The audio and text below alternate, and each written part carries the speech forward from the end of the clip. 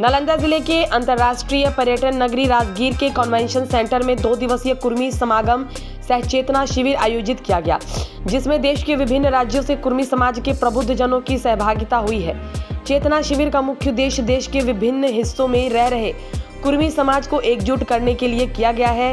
इस शिविर में विभिन्न प्रांतों से आए लोगों ने अपने अपने मंतव्य को रखा। कहा कि आबादी के बावजूद हमारी स्थिति काफी निम्न स्तर पर है, यह आखिर क्यों है, इस पर विचार करना है। आज हम लोग उप शाखाएं में वर्गीकृत हैं। उप जातियों को समझना होगा और सभी का एकीकरण कर राष्ट्रीय स्तर पर हम मजबूत हो सकेंगे। आर्थिक रूप से सशक्तिकरण को लेकर चर्चा किया गया।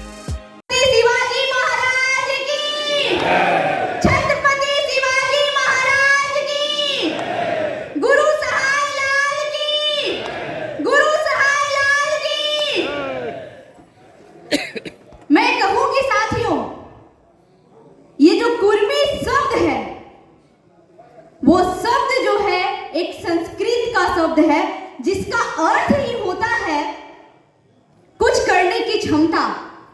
जब कुछ करने की क्षमता हम सभी लोगों के अंदर है और जिसका मतलब ही होता है कुर्मी, और वो सर्वश्रेष्ठ जाति, उस जाति से हम सभी लोग आते हैं साथियों। मैं कहूंगी ये कुर्मी जाति जो कि वैदिक काल से ही क्षत्रिय रहा है। जब समुद्र मंथन चल रहा था, तब हमारे आराध्य हमारे विष्णु भगवान कूर्म के रूप में अवतार लिया था और कच्छप अवतार में आकर उन्होंने रक्षा प्रदान की थी मंडार पहाड़ से। तो ये हम सभी लोगों का वैदिक काल से ही, हमारे सनातन संस्कृति धर्म से ही हम सभी कुर्मी जो जाति है वो क्षत्रिय कहलाते हैं साथियों। मैं कहूंगी पूर्व के वक्ताओं ने कहा, मैं सुन रही थी, हमारे बहुत सारे वरिष्ठ महानुभावों ने कहा कि हमारा इतिहास गवाह रहा है और इतिहास में व्यवसायों के आधार पे जातियों को बांटा गया था।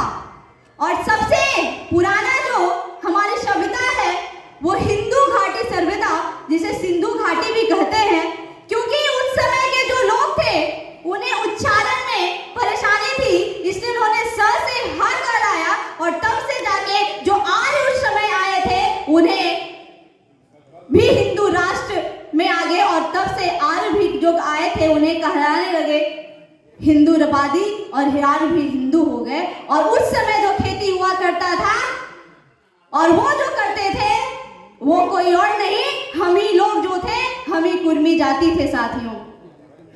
मैं अगर कुर्मी जाति चाहे तो सत्ता को उखाड़ फेंक सकती है और ये वही नालंदा है जो कि पहले से भी सत्ता का केंद्र रहा था और आज भी सत्ता का केंद्र है, ये वही नालंदा है साथियों।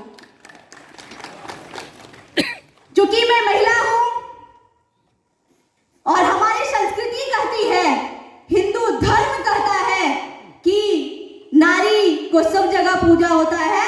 एक संस्कृत में श्लोक भी है, यत्र नारीयस्तु पूज्यते रमन्ते तत्र देवता, यत्र नारीयस्तु पूज्यन्ते रमन्ते तत्र देवता। जहां नारियों की पूजा होती है वहां देवताओं का वास होता है। और मैं कहूंगी हम सभी लोग आधी आबादी हैं। अगर हम आधी आबादी अगर ठान ले तो कुछ भी असंभव को संभव कर सकते हैं, जिसका जीता जागता उदाहरण हमारे प्राचीन काल में भी रहा था। पूरे विश्व के विजेता आप सभी लोग जानते होंगे महान शंकराचार्य को, और पूरे विश्व पे विजय पाए थे और उन्हें कोई अगर हराने वाली थी तो वो एक महिला थी, हम जैसी ही एक साधारण सी महिला, वो कोई और नहीं, वो महिला एक साधारण सी महिला भारती थी जिन्होंने शास्त्र में शंकराचार्य को हराया था। तो हम सभी महिलाएं जो